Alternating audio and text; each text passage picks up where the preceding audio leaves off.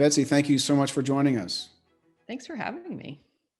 Why don't we start with your background? Where did you come from and sort of the arc of your career and what you're doing today? Sure. Well, I worked on Capitol Hill for 25 years, as most of them as chief of staff to 4 different members of Congress. I came to Capitol Hill by way of Wall Street, actually. I worked my way through college, working on Wall Street. And then by the end of it, just sort of took a breath and said, is that really all there is? And as it happened, the congressman who represented my home district passed away somewhat unexpectedly. And a new member of Congress was elected. And I took a chance pursuing a job with him, and he hired me after several months of pursuing the job, and it ended up being a 20-year run. Where his name was Christopher Shays of Connecticut, represented the southwest corner of Connecticut where I grew up, and I started with him as a legislative assistant, and most of my time I was his chief of staff, and had the opportunity to work on the Contract with America, to work on the Bipartisan Campaign Reform Act, to work on the 9/11 Commission, because sadly we lost in our district so many constituents on September 11th, on implementing the recommendations. And then after he left office in 2008, I had the opportunity to work for several other members, all of whom were Republicans who represented majority Democratic districts, which really meant that I had the opportunity to work with and for some members who were very good listeners, who were very energetic, and who really deeply believed in being effective representatives for their constituents, because they had to be. I mean, that was the way that they had to work that hard to get reelected. And I really had the opportunity to work for some wonderful members. And so after the members, where did you go? So in early 2015, the Democracy Fund, which was at that time a brand new foundation, was just getting set up and asked me to come and be the first leader of their governance program. And over about 4 years, I had the opportunity to build a portfolio that supported a large number, about, I guess, 65 or 70 by the time I left, organizations across the good government space that were working to help the institutions of government, particularly Congress, work better.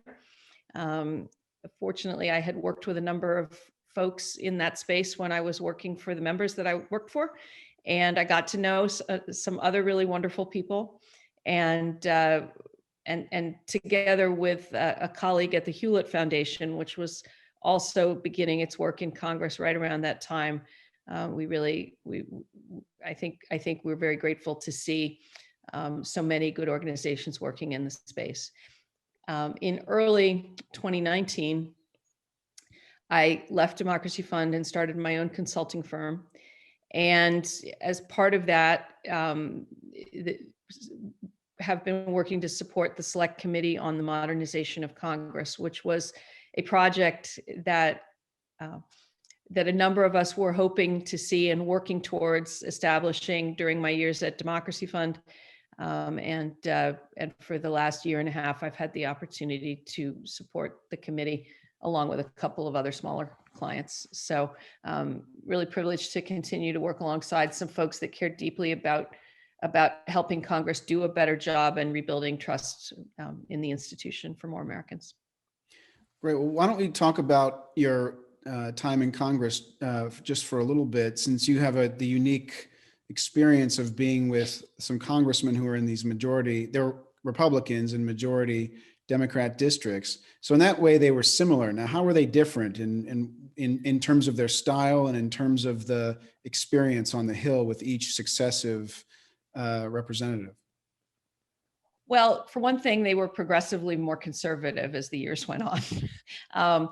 But what they all had in common was a commitment to the principle that any legislation they worked on had to include a Democratic co-sponsor. And there were philosophical reasons for that, which were that they felt they wanted to demonstrate their commitment to bipartisanship. but there were also practical ones too, and they were all deeply practical. If you can't get Democratic support for a bill when it's just a bill, you're not going to be able to enact it into law.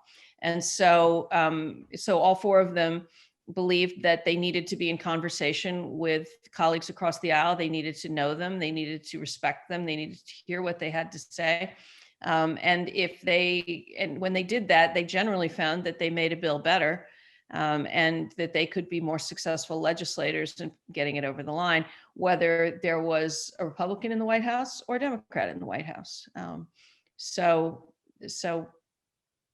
that was their commitment, and of course, it helped them with their constituents too, because it was a manifestation of their commitment to bipartisanship. But it meant that they were more effective legislators. And what about in terms of their management style? Was it the same in each case? Obviously you're serving as the chief of staff, so I'm assuming you're doing a lot of the management. But how did it differ among your clients? Well, so I would say they were all different. And as the chief, one's job is to, I viewed part of my job as being an alter ego, having a strength where the member might not, taking things off the member's plate, but different members want to do different things. And I happen to believe that it's always important to remember that when one is staff, that one remember that one is staff, and that one not be confused about who it is that holds the voting card. So, conversations take place, giving the member the best advice behind closed doors, and then the decision gets made. And, as chief, you go and you implement it in a way that has integrity and that builds trust with your staff. But so that's the type of relationship I always was committed to having with members. And I think all four of them, that was probably one of the reasons they hired me, is they knew that. They were all different. Mr. Shays had a smaller family, didn't have the same pressures at home that my third boss, Mr. Schilling, who had 10 children and a family-run business, so what he wanted to do and how much he was able to do. I mean, Chris took one day off a year, and that was Christmas Day.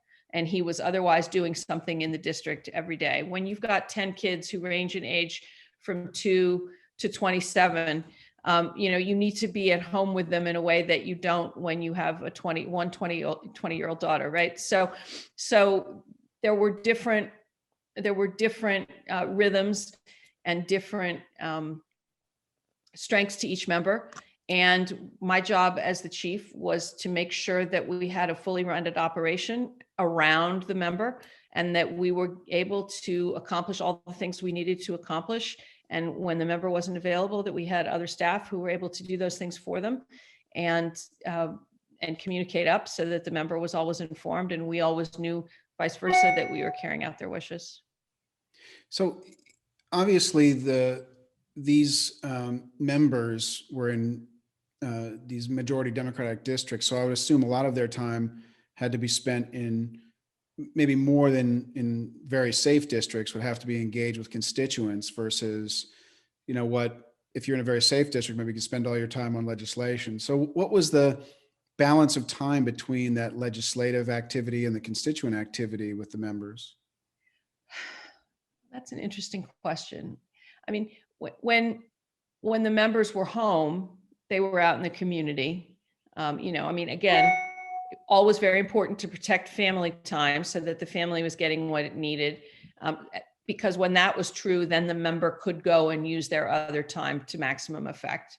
But it was really, I would say, the amount of time or the balance was largely driven by the change in schedule and the number of days spent in Washington. When I first came to the Hill in 1988, the members would fly in first thing Monday morning, have votes 5 days a week, and fly out late Friday, and really only be home a couple of days, on the weekends.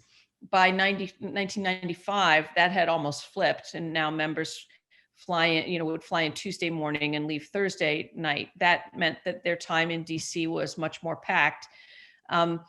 And they had more time to be out in the district from Thursday to Monday. That helped my members like mine in the short term, because it meant they had more time at home. It meant that they had more time to be out communicating with their constituents. To your point, in a district that is a swing district like the ones I worked in, it's really important to be out there and meeting with people who might not be your supporters. Sometimes it's as important to be out there meeting with people who are not your supporters as it is to be out there meeting with people who are your supporters. And that's really where we had to figure out the balance, because you don't want your supporters to take you for granted, but by the same token, you can't ignore people who might not naturally be in your corner, because if you do your job well, you can build trust with them over time and they might give you grace.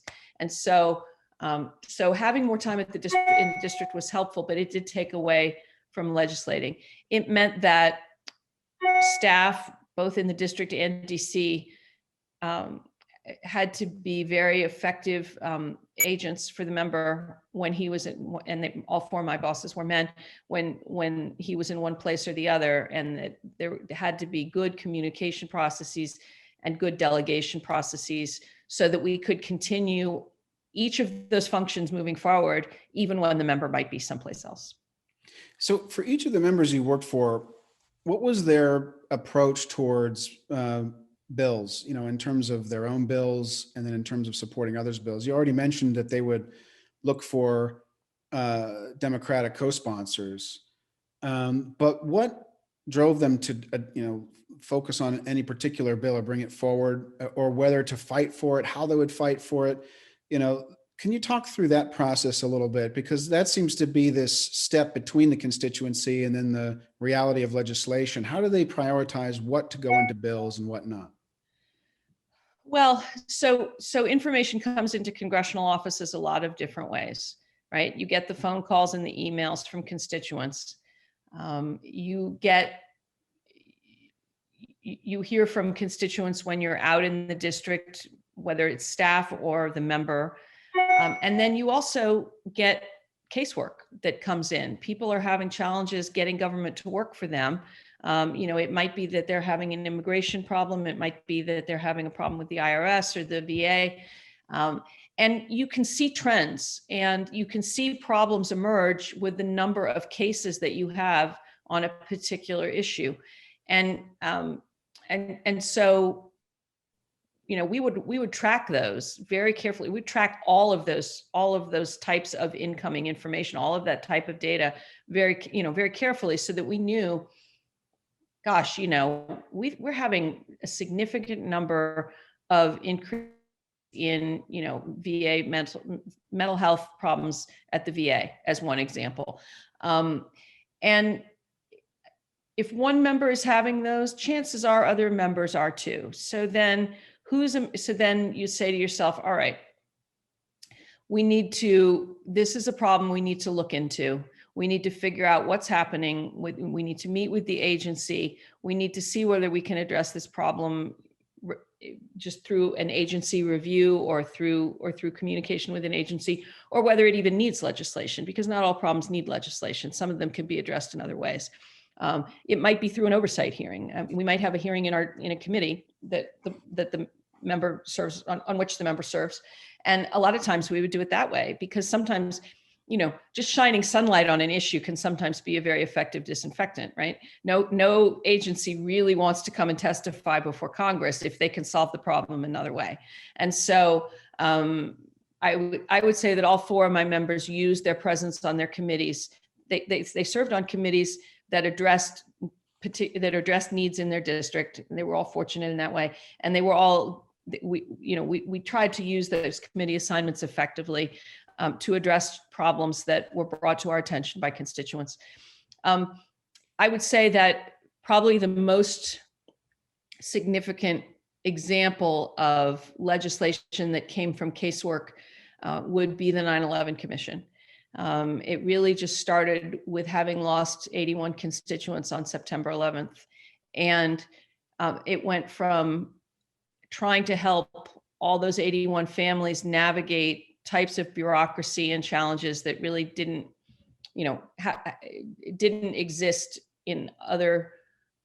There wasn't really a roadmap to address a number of the needs of the families that presented themselves. For example, how do you qualify for how do you access life insurance benefits if you can't prove death because you don't have your loved one's remains, right? And so there were all these issues that came out of 9/11 that we got very familiar with very quickly by working with those 81 families. And then came the clear need for a broader review of what had happened. And the family leaders that we came to know so well began to push for a commission. And Mr. Shays and Congresswoman Maloney and Senator Lieberman and others really all worked together on a bipartisan basis to push for that commission and support it, and ultimately enact a number of its recommendations. But my point is, it started with reaching out to families who had lost loved ones, hearing what their problems were, hearing that there were larger systemic problems at work, and trying then to address those either through hearings or through legislation ultimately. Got it. And what about other sources of legislative ideas for the members besides constituents? How would did they have their personal interest areas or colleagues, or what were the other ways? Well, I mean, there are, so once you have your bill, you need to go to your colleagues and demonstrate support, and earn the support of your colleagues by getting them to co-sponsor your bill. A bill that has one or two co-sponsors, as a general rule, there are exceptions to this, but as a general rule, won't find its way to the floor very quickly. You need to generate support for the bill. And so staff outreach and member outreach to other offices to build support is important. And again, you want to look for members that you think will have similar issues. And so, in the case of the second member for whom I worked, where there was a significant veterans care facility that had problems, we thought, okay, well, let's reach out to other offices and see, if the Dayton facility is having some of the same problems as the Lexington facility is having some of the same problems as VA facilities in Wisconsin.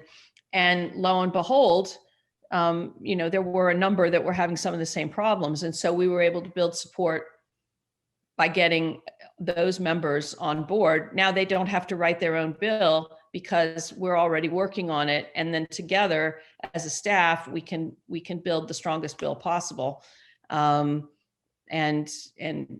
hopefully, again, get a hearing for the issue with the Veterans Affairs Committee and build support for the legislation that way. I guess what I'm trying to say is sometimes your colleagues will come to you and sometimes you go to your colleagues. But you have to be able to show that this is in general, you have to be able to show this is a real problem that needs to be addressed. And you have to know your audience so that you can communicate to them why co-sponsoring this bill will help their constituency. And this co-sponsorship step, how much was done by the member versus done by you versus done by the legislative director? How did that actually work out in reality, on the day to day? And was it normal for the same process to happen among all the offices, or are they very different? It would be a little bit different from office to office. The staff can usually do a good first pass, but it also becomes important for the member to be meeting directly with the chairman of the committee that's going to have jurisdiction. It becomes important for the member to, sometimes you can't get through to other offices, and the member needs to go find other members on the floor and make their case directly. And so having a sense of when to do that and when you don't need to take their time, it's staff's job to take it as far as you can and then put together a plan for taking it the rest of the way with the member doing, carrying the ball as well. So all your experience at the as chief, looking back with the resources that you had at the time in that role, what kinds of best practices or what ways could there be to maximize the effectiveness or productivity of the team when you look back on that? What are the ways that other chiefs could learn from, or or structural changes? What would make that team more productive than it even was when you were there, or when you look back on it? Well, I think it all starts with good management and setting a good example. I think that a common challenge in congressional offices is that there are staff in Washington and there's staff back home in the district, and their functions fundamentally are different. In Washington, you're much more focused on legislation because that's where that happens. And in the district, you're much more focused on constituent service because you are, in fact, the front line for constituents who have challenges with federal government agencies. And so they come to you. And that's the essence of that work. But as I just described, the best legislation is usually rooted in constituent need. And so constituents need to understand why the member is voting the way they do. And so there needs to be really effective communication between the two. Technology, over the 25 years that I was on the Hill, the technology changed fundamentally. The internet happened, email happened, and a whole lot of other things that I'm not going to mention because it would just make me seem even older happened. But my point is they presented an opportunity. What I don't think, the Hill is not always a place that is particularly innovative. It tends to be a lagging indicator, not a leading indicator. It's a representative institution, and so it reflects constituencies, but it tends not to be out there in front leading constituencies. And so I think initially, the fact that the Hill, every office did not necessarily take advantage of the technology that allowed much more effective communication between DC and district offices. And there were tools that were developed that made sort of developing one culture between those two operations much more easy. And I think the most effective offices were offices that saw themselves as one office, not two offices, there wasn't DC here and the district office as a poor stepchild, but really they were seen as one organism and one entity that each had slightly different, there might be slightly different emphases, but everybody needed to understand the value of each of them. And technology brought us the opportunity to really strengthen office organizational cultures. And I think the offices that took advantage of that were stronger, better run, had frankly happier staff, had staff who stayed because they felt they were having an impact, they felt respect, they felt that their input was valued and that they were making a difference. And nobody comes to government generally, and particularly not to Congress, to make money. You come for a sense of purpose, usually. At least that was my experience. And you come because you have the opportunity to make a difference. It's a really amazing opportunity. On any given day, you have the opportunity to pick up a phone and actually make a difference for people.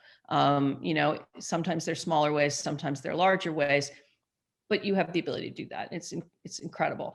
And offices that are really working together as one organism can do that to an even greater degree. And so there's a greater sense of satisfaction. And those are the offices that I think are the most stable, the most effective, and have the greatest impact.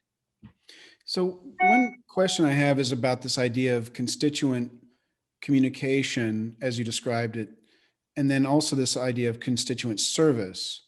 Can you explain a little bit is that the same thing? Are they different things? And what does the service component mean? So I think there's a symbiosis there. It's a balance between outreach and response.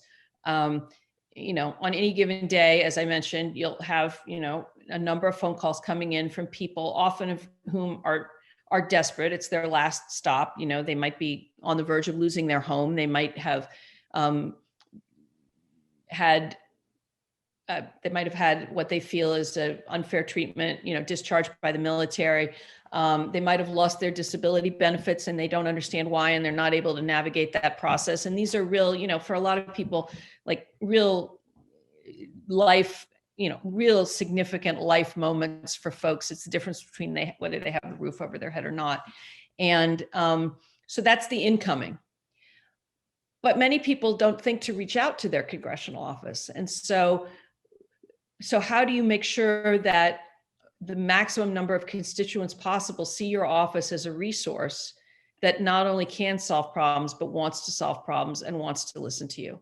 And so, that was a role that both the member and the staff played, identifying, okay, where do we need to be? Where have we not been late? I mean, in many of my offices, not in Fairfield County, but in several of my offices, there might have been 12 or 14 counties in the district. And so that's a lot of ground to cover. You know, the member is not going to be able to be in every one of those counties every week, but making sure that staff are, you know, in the county courthouse on a regular basis, making sure that you're publicizing to constituents on a regular basis that a representative of the member of Congress will be there, making sure that then they're actually there, you know, and that they're available as a resource, and then making sure that you're hearing what you need to hear about what's going on in your district, so that, you know, you might hear, because you're at the county courthouse, there's a problem with the dam, you know, there's a problem with the ferry, you know, in the next town over, and they're worried they're going to lose their federal funding, but that the ferry agency might not have come to the congressional office, but somebody else mentions it. And, you know, that's an opportunity, right? That's not a problem. That's an opportunity to go and be of service. So, you know, get yourself over to the ferry office and figure out, you know, what the problem is and whether there's an opportunity for the office to help. And so it's a balance between the outreach and the response, and figuring out where you need to be to hear what you need to hear, so that you can be of service to the maximum number of people. And so when you went to the Democracy Fund later, so what was that like, being on the outside looking in? Did you have a different perspective? Did it change anything in the way you viewed Congress? I don't think it changed the way I viewed Congress. I saw it as an opportunity to help in a different way. I mean, the 25 years that I served in Congress, obviously the institution changed a lot.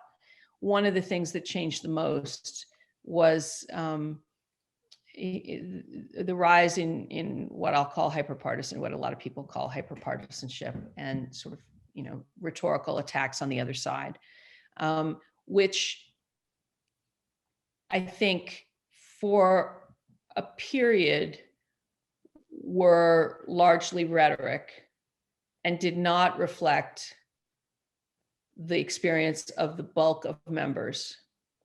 But I would say over time, that unfortunately is no longer true. And, you know, we certainly would have no sadder example of the fact that that's true than January 6th, you know, where the rhetoric really has sort of taken over. You know, what my experience was for 25 years, I was running a campaign every 2 years. You know, I mean, we were constantly in cycle, and I was I was always working for the members who were most vulnerable. And after 25 years of that, it's good to just kind of take a break and take a step outside. And so there at Democracy Fund, I had the opportunity to spend a year building a systems map, really looking at what all the dynamics were that fed that hyperpartisanship, and then thinking through where the greatest opportunities were to disrupt those dynamics. And that was then what guided our interventions. And for me, it was an opportunity to think through, okay, you know, to apply my experience in a more detached way, thinking through what's really going on in this system, and are there ways we can make it better from a more analytical way, rather than, the political environment that I was used to living in that sort of 2-year cycle. So it was just a different perspective, and it was getting a little bit of distance from that, I think, has been very helpful to me now in coming back and working for the select committee, because I think I've got, as I say, a little bit more distance, a little bit more perspective, and while still having the experience and the ability to be a resource to the committee. So what did you learn from the map experience? You built this map, you tried to identify these, I guess they were self-reinforcing negative cycles, Right, or, right. and what did you learn from that process? What were the outcomes and the potential interventions that you could do to stop those kinds of processes? So I think, for me, it was by the end, I was able to describe in a more logical way what I felt I knew in my gut, which was, until the institution is able to bring itself to invest in its people, it will be hamstrung in its ability to function for the American people. And this is a bit of it's a bit of a circle. And that was really sort of the story of the map, is that there need to be multiple intervention points, because you can't just focus on strengthening staff capacity and paying staff more, because if your constituents won't tolerate that, you're not going to do it, right? Until members are willing to invest more in their staff, so that they can keep staff who have experience, rather than the staff going downtown to K Street because they have to make more money, because now they've got families and they need to pay a mortgage, and they can no longer afford to work, on the Hill for $35,000 a year, into their 30s. That won't change until the members are willing to but what's going to enable members to have the strength to do that? Some of it is going to be that they have the technology to more effectively communicate with more of their constituents and do outreach to more of their constituents, particularly in a time like a pandemic. Some of it is going to be, they need to do better oversight, and they need to help government work better through the established authorization process. I mean, we have over $350 billion worth of federal programs that are not currently authorized, because the Congress has focused on other things and not on the sort of workmanlike oversight that doesn't get headlines, but is vitally important to helping the executive branch work better. Some of it, frankly, is the nationalization of elections, and unfortunately, byproduct of the Bipartisan Campaign Reform Act, which I was part of working on, and but there were some significant holes in it, and they've been found and they've been exploited as we feared they could be, and the system is worse off, frankly, I think, than it was before passage of the bill, and that has enabled and accelerated the team mentality, fueled by sort of almost untold sums at this point, that move constituents into their corners, and then drive members to feel the need to follow them into those corners, rather than working together. And so I do think that addressing the issue of undisclosed money in politics is something that has got to be addressed, for some of these problems for Congress to be able to work better. So from your map project, it sounds like two of the things that really stick out are, one is the staff and the compensation of staff and the number of staff, I would assume. And then the second is this campaign finance related issue.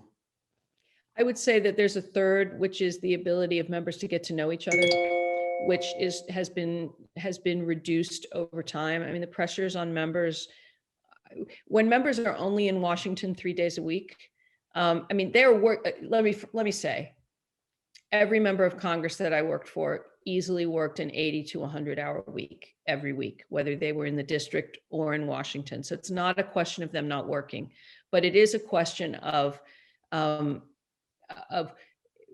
mean, for example, if most members, when they're home, are working from breakfast to after dinner, out meeting with constituents, hearing what they have to say, understanding their experience, identifying ways they can better represent them.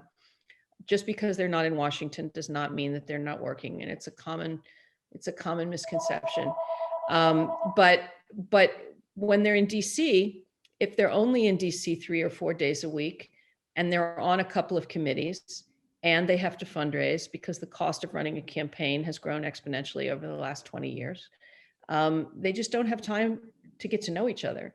They're not in Washington together for very long. And when they are, they're running from meeting to meeting to meeting and don't really have the time to build relationships. And over time, that has really affected adversely the ability to legislate. And because legislating is fundamentally built on knowing people and being able to trust them. And you can't trust people you don't know, and you can't get to know them if you're constantly running from meeting to meeting, making your statement and moving on. So that's another important piece of it, I would say.